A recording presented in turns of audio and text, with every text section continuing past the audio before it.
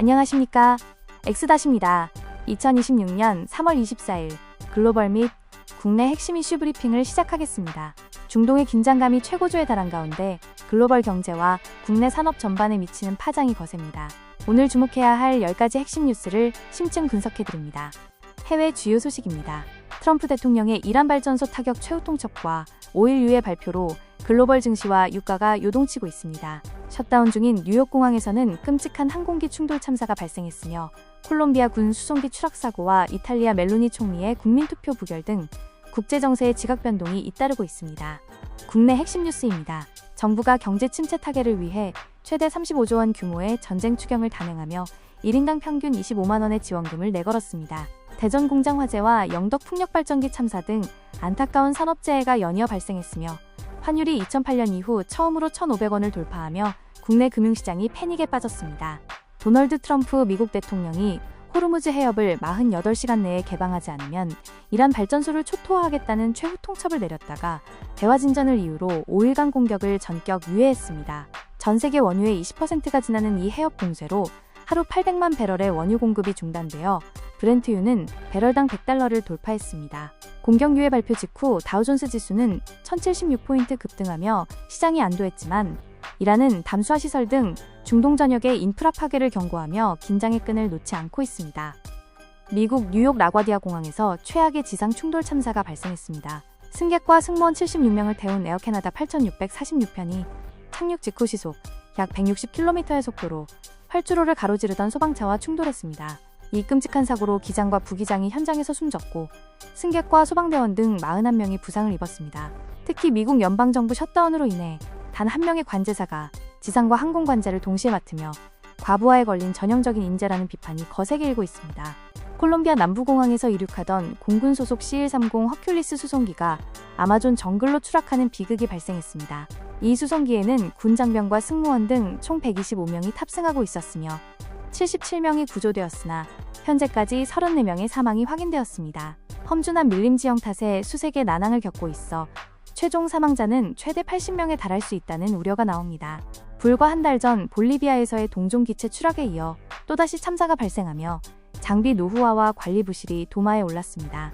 조르자 멜로니 이탈리아 총리가 야심차게 추진한 사법개혁안이 59.01%라는 높은 투표율 속에 약 54%의 반대로 최종 부결되었습니다. 특히 18세에서 34세 사이 청년 유권자의 무려 61.1%가 반대표를 던지며 좌초되었습니다. 이번 패배는 2022년 집권 이후 멜로니 총리가 겪은 첫 전국 단위 선거 패배입니다. 그의 정치적 누적 이미지에 뼈아픈 타격을 입혔으며 향후 총리 직선제 개헌 동력마저 상실할 위기에 처하며 유럽 내 입지도 흔들리고 있습니다. 미국 연방정부 셧다운의 장기화로 교통보안청, 즉 TSA 요원들의 무단 결근율이 11.8%까지 치솟고 400명 이상이 퇴직하며 공항 보안망이 마비될 위기에 처했습니다. 이에 트럼프 대통령은 전술 장비로 무장한 ICA 요원들을 미국 주요 공항 검색대에 전격 배치했습니다. 당국은 대기 시간 단축을 위한 조치라고 설명하지만 엑스레이 판독 등 전문 교육을 받지 않은 무장 요원의 투입은 승객의 안전보다는 정치적인 이민 단속을 위한 위험한 꼼수라는 비판을 받고 있습니다. 이재명 정부와 더불어민주당이 내수부진 타개와 0%대 경제 성장률 반등을 위해 총 35조 원 규모의 메머드급 추가 경정 예산을 가동합니다. 핵심은 차등적 민생회복지원금으로 기초생활수급자 50만 원, 일반 국민 평균 25만 원을 유효기간이 있는 지역화폐로 지급합니다. 또한 경기 진작에 15조 2천억 원, 자영업자 채무탕감에 5조 원을 투입해 골목상권을 직접 살리겠다는 계획입니다. 하지만 이로 인해 국가 채무가 1,300조 원을 훌쩍 넘기며 물가를 자극할 수 있다는 우려도 공존하고 있습니다. 지난 20일 대전 대덕구의 자동차 부품업체 안전공업에서 화재가 발생해 노동자 14명이 숨지고 60명이 부상을 입는 대참사가 났습니다. 사망자 14명 중 9명은 건축 도면에도 없는 불법 증축된 2.5층 휴게실에서 쉬다가 출구를 찾지 못해 참변을 당했습니다. 공장 내 방치된 101kg의 금속 나트륨 탓에 물을 이용한 초기 진압조차 불가능했고 천장에 쌓인 절상유 기름때가 불쏘시개 역할을 한 명백한 인재였습니다. 경찰과 노동청은 경영진을 중대재해처벌법 위반으로 입건하고 대대적인 압수수색을 벌였습니다.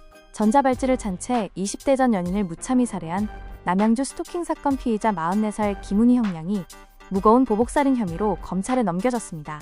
김은은 범행 이틀 전부터 피해자의 자택을 답사하고 차량의 위치 추적기를 달았으며 전동 공구와 흉기까지 치밀하게 준비한 것으로 밝혀졌습니다. 피해자가 범행 전 2차례나 위치 추적 장치를 신고했지만 적극적인 신병 확보에 나서지 않아 비극을 막지 못한 경찰의 부실 대응에 비판이 쏟아지며 담당 구리경찰서장이 대기 발령되었습니다.